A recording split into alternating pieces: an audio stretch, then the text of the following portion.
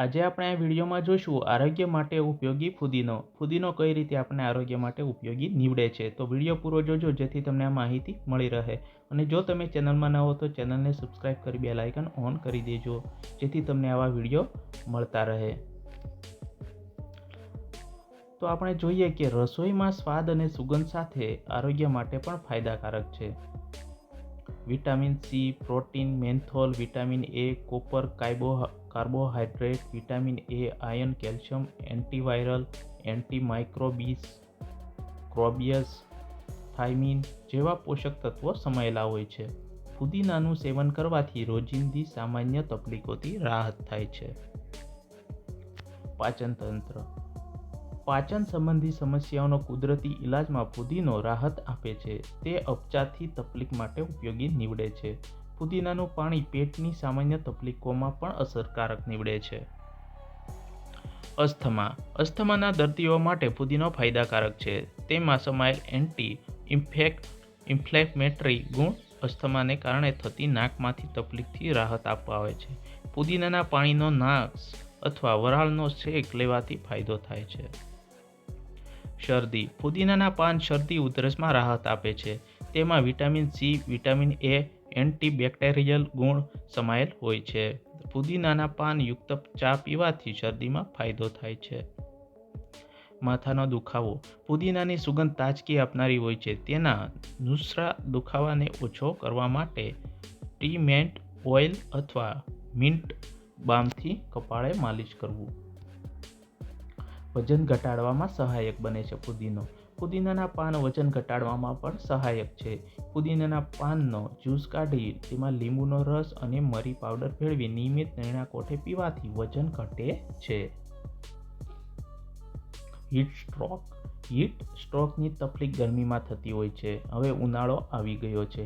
ફુદીનાનું સેવન heat સ્ટ્રોકમાં રાહત આપે છે. ફુદીનાનો રસ કાઢી પાણી સાથે લેવાથી ફાયદો થાય છે. તેમાં મીઠું તેમજ મરીનો ભૂક્કો તેમજ લીંબુનો રસ ઉમેરી શકાય છે.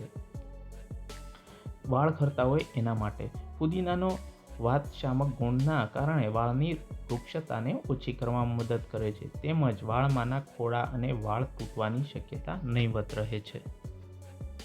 કાનમાં જે કહીને દુખાવો થતો હોય ફુદીનાનો રસને કાનમાં નાખવાથી દુખાવામાં રાહત થાય છે. ફુદીનાના પાનનો રસ કાઢી 1-2 ટીપા જ કાનમાં નાખવા. ઉલટી થતી હોય ત્યારે ઉલટીને રોકવા માટે ફુદીનાનું સેવન ગુણકારી છે.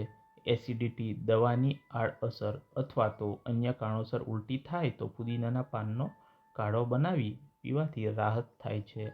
ફુદીનાના પાનને ગરમ પાણીમાં ઉકાળી ગાળીને સેવન કરવું. 10-20 મિલી માત્રામાં પીવું. માસિક ધર્મમાં જ્યારે દુખાવો થાય ત્યારે ફુદીનાનું વાતશામક ગુણ હોવાથી રાહત તથા આપે છે. તેથી માસિક ધર્મમાં પેટમાં દુખાવાની રાહત પામવા માટે ફુદીનાનું સેવન કરવું. મૂત્ર વિકાર. પેશાબ કરતી વખતે દુખાવો અથવા બળતરા થતી હોય તો ફુદીનાનું સેવન કરવાથી રાહત થાય છે. 500 મિલીગ્રામ ફુદીનાના પાનનો રસ કાઢવો. તેટલો જ મરીનો પણ ભૂક્કો અને મિશ્ર ભેળવી ચાની માફક પીવું. મુખ દુર્ગંધ. મોઢામાં દુર્ગંધ આવતી હોય ત્યારે મુખ દુર્ગંધથી રાહત પામવા માટે ફુદીનાના પાનને ચાવવા અથવા તો તેના પાણીની નિયમિત ઘોઘા કરવા. મુખ દુર્ગંધ દૂર થઈ જશે. જુલાબ થતા હોય તો ફુદીનાનો રસ, કાંદાનો રસ, લીંબુનો રસ સપ્રમાણ માત્રામાં રહેવાથી રાહત થાય છે. પેટમાં દુખાવો થાય ત્યારે પેટના દુખાવામાં ફુદીનાને જીરાના ભૂક્કા, મરીના ભૂક્કા અને હિંગ સાથે મેળવીને લેવાથી રાહત થાય છે. મિત્રો, આજે કહ્યા હતા ફુદીનાના આરોગ્ય માટેના ઉપાયો, એટલે કે તે ઉપયોગી કયા રીતે થાય છે.